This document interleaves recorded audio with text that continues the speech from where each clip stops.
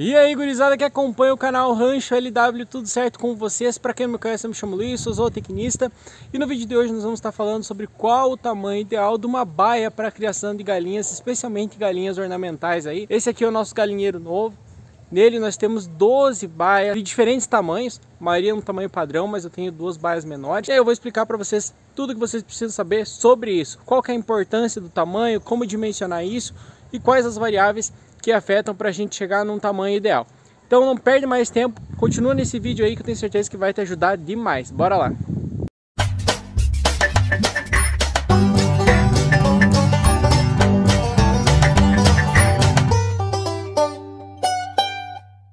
Bom, gurizada, então esse aqui é o nosso galinheiro novo. E como eu comentei, temos 12 baias aqui para a criação de galinhas. Muitas delas hoje estão vazias, né, em função de todas as coisas que aconteceram, como eu comentei já várias vezes aqui no canal do YouTube. Mas vamos ao que interessa. Essas baias aqui da frente, independente delas estarem vazias, elas são as maiores que nós temos, tá? Então elas têm por base cerca de 1,35 por 2 metros de comprimento. Então é 1,35 m de largura por 2 metros de comprimento, tá certo? Isso vai dar 2,6 metros quadrados. Se nós fôssemos colocar 2 galinhas por metro quadrado, vai dar aí umas 5 galinhas, tá? 2 galinhas por metro quadrado é uma densidade bem baixa, né? Quando a gente trabalha, por exemplo, com um sistema de criação de galinhas soltas num galpão, a gente usa, sei lá, 5 galinhas por metro quadrado, até 7 galinhas por metro quadrado. Não quer dizer que essa é a capacidade que vai suportar essa baia, mas é o exemplo que eu quero dar para vocês, que essa baia aqui tem 1,30 m por 2. Qual que é o tamanho que eu considero ideal hoje para você trabalhar com a criação de galinhas ornamentais? É um pouco maior que essa baia. Na minha concepção, ela tem um bom tamanho, tá? Ela tem essas muretinhas aqui que dividem e tal, é show de bola. Ela comporta tranquilamente 5 galinhas aí, independentemente da raça. Então, tanto galinhas miniaturas quanto galinhas gigantes, ela vai comportar tranquilo.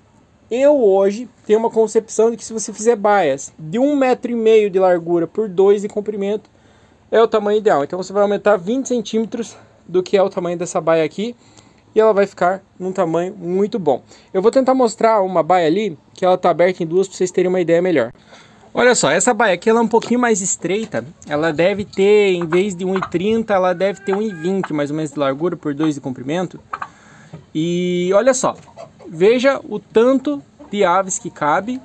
Elas passaram para cá porque está aberto, ó. Aquela outra baia é do mesmo tamanho. Tem um monte de frango ali e ainda sobra espaço. É claro que agora eles se colocaram todos ao fundo porque eu estou gravando o vídeo aqui, né? Mas vejam bem, ó. Tem um monte de frango aqui e ainda sobra espaço. Portanto, quando você cria com uma densidade maior, cabe, tá?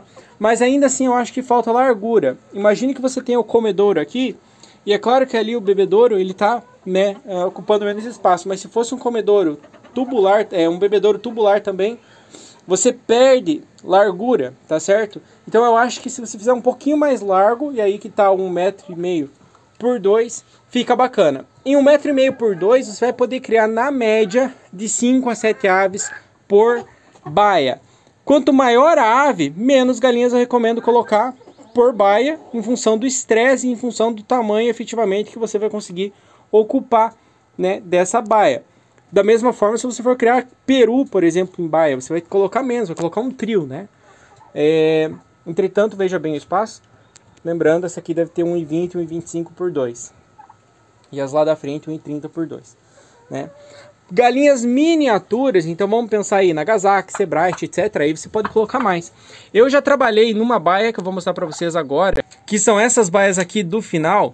Elas são mais estreitas, ó. Elas devem ter 1 m por 2 ou 1,30 m por 2. Fica um corredorzinho. Veja só, tem 3 Nagasaki lá no fundo. E olha o espação que tem ainda aqui na frente, ó. Deixa eu tirar o zoom para vocês verem. Então essa baia aqui comportaria tranquilo 7 Nagasaki sem problema nenhum, sem você ter problema nenhum com cama, com estresse, nada disso, tá? Então vejam que a depender do tamanho da ave, você pode trabalhar com uma baia menor. Uma baia de 1,30 m por 2 para esses 3 caras seria um exagero, por exemplo, é muito tamanho. Ah, Luiz, e o bem-estar? É uma coisa muito importante e precisa ser trabalhada. Entretanto, com as normas de bem-estar, por exemplo, preconizadas para a avicultura de postura, você pode trabalhar entre 5 e 7 aves por metro quadrado. Lembra disso? Então imagina um Nagasaki que é menor do que uma galinha de postura, você consegue trabalhar com uma densidade muito menor. O que você tem que cuidar na hora de criar aves em baia? Proporcionar enriquecimento ambiental. Então tem que ter puleiro, tem que fornecer verdura, verde, né, vegetação, para que essas aves elas não fiquem muito nervosas, que você coloque alguma coisa que elas possam se distrair. O pessoal coloca às vezes garrafa PET com furinho e milho dentro, ou quirera dentro, para a galinha ficar ali bicando e tal, para ela se distrair. Essa é a importância de você colocar medidas de enriquecimento ambiental que vão amenizar o estresse. Pendura cabeça de repolho, coloca couve, né? Tem N situações que você pode colocar, pedaço de abóbora, pedaço de melancia, tudo isso aí vai ajudar para que você tenha aves num espaço tranquilo e que elas não tenham problemas com estresse. Uma outra coisa que a gente precisa lembrar sobre as baias é que, olha só, essa aqui tá com as aves trocando de pena, né? A cama tá boa, mas tá com muita pena porque elas estão trocando de pena. Filho do bicho velho aí. É que quanto mais aves você colocar por metro quadrado, mais você vai ter problema de cama. Então cama compactando, cama muito úmida. Então por mais que a baia comporte um número maior de aves, você precisa sempre cuidar da qualidade da cama. Então vejam só, essa aqui é uma baia de 1,30 por 2, tá certo? Então a baia do tamanho daquelas que eu mostrei para vocês. Como eu falei, hoje talvez eu teria feito elas um pouquinho mais largas, porque ela perde um pouco de espaço em comedouro e bebedouro. Mas temos 4 aves aqui e tranquilamente há espaço para você adicionar pelo menos mais umas 3 galinhas aqui sem problema nenhum. Então eu teria um galo e 6 galinhas polonesas sem problema. O que eu deveria tomar um pouco mais de atenção? Cuidado com a cama, especialmente em épocas úmidas do ano. Mesmo assim, comportaria. O que eu quero dizer com isso tudo no final? Que o tamanho ideal de baia vai depender do espaço que você tem disponível, da raça que você está trabalhando e de qual a densidade que você consegue colocar e manejar muito bem a cama e medidas de enriquecimento ambiental. Eu indicaria para vocês trabalhar com 1,5 e 2. Então uma baia de 1,5 de largura por 2 metros de comprimento. Acho que é um tamanho show de bola, ok, para indicar. Você pode trabalhar com baias menores, como essas que eu mostrei aqui, de 1,30 por 2? Pode, só cuidar com a densidade e com o número de aves e o tipo de comedouro ou bebedouro que você vai colocar. Posso trabalhar com baias menores ainda? Sim, entretanto você vai colocar menos aves ou ainda vai trabalhar só com aves em miniatura, como é o caso daquelas de Nagasaki que eu mostrei. O intuito desse vídeo é mostrar que independentemente do tamanho da baia, você consegue trabalhar um bom sistema, todavia cuidando dessas variáveis que eu comentei. Estresse, qualidade de cama, densidade de aves por metro quadrado. Eu não indicaria você trabalhar numa baia pequena, 5 aves por metro quadrado, 7 aves por metro quadrado, como é o caso que nós trabalhamos em galpões de galinhas poedeiras. É um sistema diferente. Mas isso demonstra que há sim capacidade de você adensar um pouco mais, desde que você tenha um bom manejo, tá certo? Uma outra coisa que eu gostaria de abordar aqui é que muitas pessoas às vezes me perguntam: Luiz, para a criação de galinha ornamental, enfim, essas baias não precisam ter uma área externa para que as galinhas cisquem ou tenham contato, né, com o sol, enfim, de maneira geral? Sim e não. Seria o ideal que todas as baias tivessem uma área externa? Sim. É possível fazer e é obrigatório fazer? Não.